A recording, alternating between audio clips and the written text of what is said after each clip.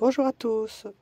Aujourd'hui, mardi 28 octobre, un petit 12 degrés ce matin.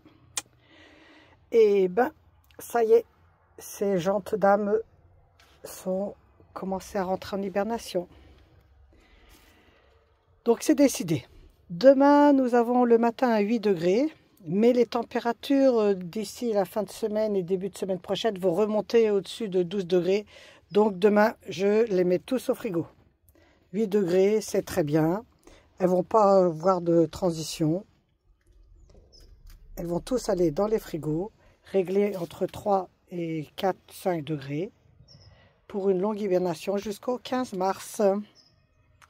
Je ferai une petite vidéo demain avec les caisses que je mets au réfrigérateur. Alors bien sûr, chez moi, demain, il y a du 8 degrés. Dans d'autres communes, d'autres départements, d'autres régions, tout dépend. Vérifiez bien la température chez vous. Ne faites pas tout comme moi. Mais il faut surtout être sûr que ça fait au moins une semaine qu'elle n'a pas mangé. Donc, une fois que vous êtes sûr qu'elle n'a pas mangé et qu'un matin, c'est en dessous des 10 degrés, ben là, vous pouvez la mettre au réfrigérateur à 3 degrés. Faites ça le matin. Comme ça, vous êtes tranquille. Alors, bien sûr, ne les pesez pas. C'est sûr qu'elles auront perdu du poids. Je vous le dis et le redis, c'est tout à fait logique. Elles auront perdu du poids. Elles vont moins bouger. Alors, il y en a qui vont bouger un petit peu au début. Les 3 premiers jours dans le réfrigérateur, c'est normal. Elles vont s'adapter, elles vont descendre leur température et elles devraient, après, rentrer en hibernation sans bouger. Suivez bien tous mes conseils qui sont bien détaillés sur mon site. Comme ça, vous n'aurez pas de problème. Et je vous le redis, chaque région est différente. C'est pas parce que moi, je les mets demain au réfrigérateur que vous devez le faire. Attendez qu'il y ait une matinée en dessous des 10 degrés, 8 degrés, c'est bien. Même 4, c'est très bien aussi. Et soyez sûr qu'elle n'a pas mangé depuis plus d'une semaine. Qu'elle a eu le temps de vider son intestin. Alors surtout, ne les baignez pas. Faites pas cette grosse bêtise. Car son intestin sera plein d'eau. Et qui dans la nature baigne la tortue? Qui dans la nature pèse une tortue avant l'hibernation? Qui dans la nature met un thermomètre pour vérifier l'hydrométrie pendant l'hibernation? Tout ça est bien ridicule. Pensez tortue et faites bien tous mes conseils. N'en faites pas trop. Déjà, je trouve qu'on en fait trop, mais là, quand vous suivez des conseils sur certains groupes de personnes qui ne sont même pas compétents, même pas déclarés, alors là, vous mettez en péril votre tortue. Je vous souhaite à tous une bonne préparation d'hibernation. Et chaque région est différente. Ayez confiance. Elle va hiberner tranquillement jusqu'à mi-mars. Et mi-mars, vous aurez les conseils. Vous les sortirez tranquillement du frigo, sans les peser, sans les manipuler. Vous la remettrez dans sa petite maison et elle se réveillera tranquillement. Elle peut encore dormir 15 jours, 3 semaines. C'est pas grave. Selon les températures, elle prendra le temps de se réveiller. Rappelez-vous qu'une tortue, c'est dinosaure, c'est très résistant si vous la laissez vivre un petit peu à son rythme. Alors voyons où est-ce qu'elles sont. Elles sont bien cachées quand même. Hein. Oui. Et vous êtes petites filles. Voilà, il y en a un peu partout. Là, ici, c'est les adultes. Et les bébés, c'est pareil. On va aller voir les bébés. Qui sont dehors dès leur naissance. Voyons. Alors, vous êtes où?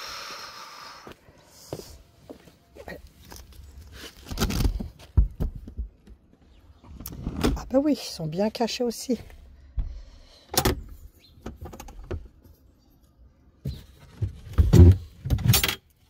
Ben voilà. Ils sont déjà dans les feuilles, ce qui fait que ça y est, elles ne bougent plus. Elles sont là en léthargie. Elles ne sont pas trop cachées, c'est pas grave. Hein. C'est résistant, comme je vous dis. Là, dans l'autre parc aussi, on les voit. Est-ce qu'il y en a qui sont un petit peu... Oui, on en voit un petit peu. On voit des petites taches. Mais elles peuvent encore aller dehors. Hein, mais je pense pas qu'il y en ait beaucoup dehors. Bonjour, madame. Voilà, elles sont vraiment en léthargie. Les prendre avec délicatesse.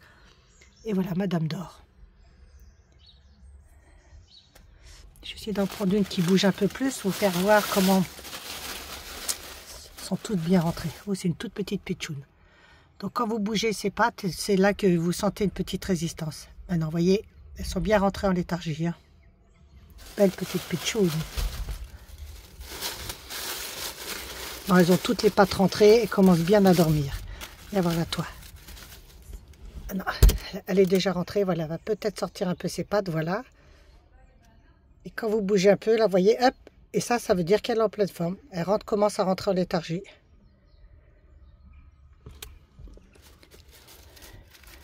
Voilà, avec douceur, c'est pas la peine de les peser, n'en faites pas trop. Et tout se passera bien. Bon ben je vous dis à demain. Voilà mes parcs. Le parc des bébés. Le parc ici d'isolement. Et tout ça là-bas, c'est un autre parc de bébés ici. Quand elles vont sortir, elles seront par cinquantaine par parc. Et ici, vous avez le parc de quarantaine, parc 8. Et là, le parc de quarantaine. Le parc 7 de quarantaine. Voilà. Parc 2, 3, 4, 5. Et ici, 6. On va aller voir le parc des adultes que j'ai commencé à modifier. Bon, là j'ai retiré, là c'est la séparation pour quand elles vont sortir d'hibernation, c'est pareil, elles n'auront que ce petit secteur ici. Là je remettrai la barrière jusqu'au bout, de manière à ce qu'elles se réveillent tranquillement. Et voilà le parc ici que je suis en train de modifier, le parc des adultes. J'ai planté un bananier ici, car sinon ça aurait donné dans le chemin. Qu'est-ce que j'ai fait? Ah oui, là ici, j'ai oublié de vous montrer. Dans le labyrinthe des grandes herbes, bon, que j'ai taillé là pour l'hiver, j'ai planté un olivier. C'est un olivier que j'avais acheté il y a 3 ans au Fiedler, à 1 €, tout petit, qui était à moitié mort.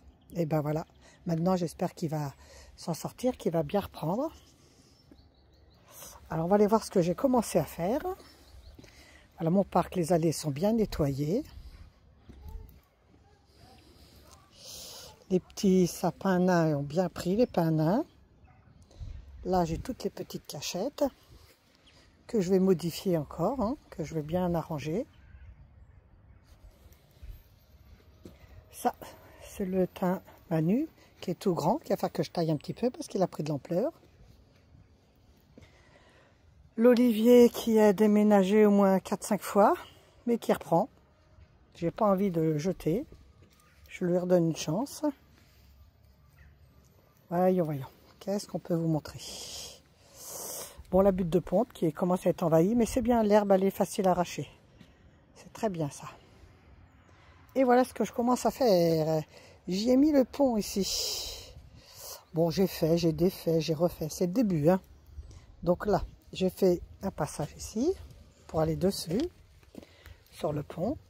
Et là, ici, c'est la butte de ponte que j'avais fait dans l'angle. Très belle clématite ici. Et voilà, donc, elles pourront, logiquement, on va dire, pour passer en dessous du pont. Elles ont la place, j'ai mesuré, ça passe. Ma Caroline passe aussi. Ça peut être sympa. Ça va me rappeler un peu le pont qui est au Fiedler. Donc voilà, ça fera ça. Donc le bananier ici, il prend bien. Alors là, mes papyrus, impensables. Voilà, là c'est super beau. Les papyrus sont bien pris. Le bananier, n'en parlons pas, il y a plein de pousses en bas. Le petit pin, ben, il est là. Je vais le laisser pour l'instant. S'il prend trop d'ampleur, je le déracinerai.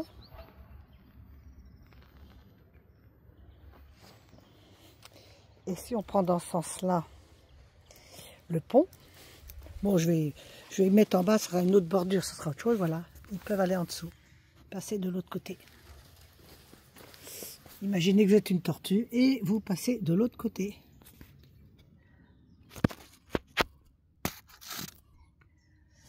Bon, tout ça pour vous dire que c'est pas fini, je bosse.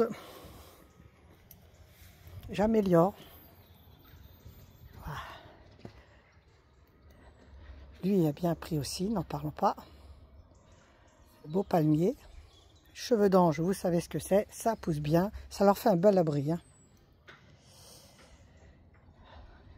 Et voilà, ça c'est la bruyère corse, très belle. Un Hibiscus, une bruyère, un lavanda. Bon, bah écoutez, je vous ai fait un petit peu le tour. Hein. Ah oui, oui, non, non, vous inquiétez pas, je ne l'ai pas oublié celle-ci. Hein. Celle-là, elle garde le parc, celle-là. Ça va, on n'a pas besoin de la nourrir, celle-là, elle est belle. Et oui, c'est une fausse.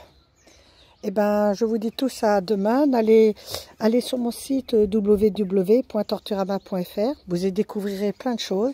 Là, je vous ai fait une longue vidéo pour vous faire voir que le parc, il avance. On avance tous les ans, on le modifie, on l'améliore, hein, afin que les pitchouns soient bien.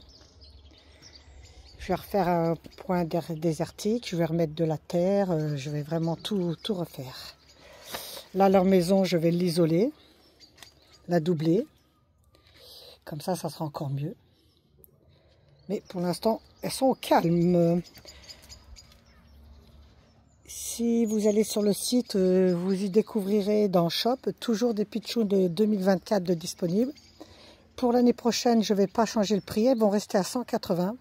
Par contre, je vais mettre un petit logo tortue. Vous pourrez commencer à réserver une tortue de 2025, naissance 2025, et elles seront logiquement, je pense que je vais mettre 180. Vous pourrez les réserver maintenant. Et dès avril, là, j'en mettrai, je vous dirai, allez choisir sur le site directement. Et vous aurez les premières réservations pour vous. Logiquement, ça sera les plus grosses, parce que c'est les plus grosses que je fais pucer au début, qui feront peut-être entre 15 et 20 grammes. On verra bien.